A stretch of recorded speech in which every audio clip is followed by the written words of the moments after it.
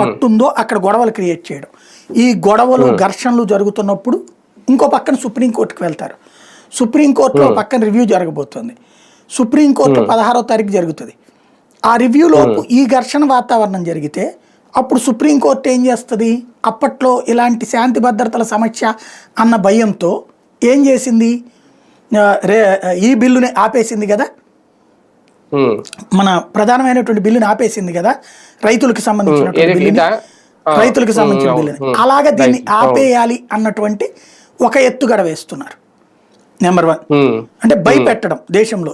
రెండవది, ఇప్పటికే పాకిస్తాన్కి సంబంధించినటువంటి శక్తుల యొక్క కథ నడుస్తోంది. బెంగాల్లో ఆల్రెడీ హిందువులు పరారైపోతున్నటువంటి పరిస్థితి స్పష్టంగా కనబడుతుంది. ఆ పరిస్థితిని కొనసాగించాలనుకుంటున్నారు. తద్వారా హిందువుల్లో ఒక భయాందోళన కల్పించాలన్నటువంటి ఆలోచన చేస్తున్నారు. ఇది నెంబర్ 2. అంటే ఈ టైంలో మిగతా ముస్లింలందరినీ పోలరైజ్ చేయడానికి దీన్ని ఒక అస్త్రం కిందన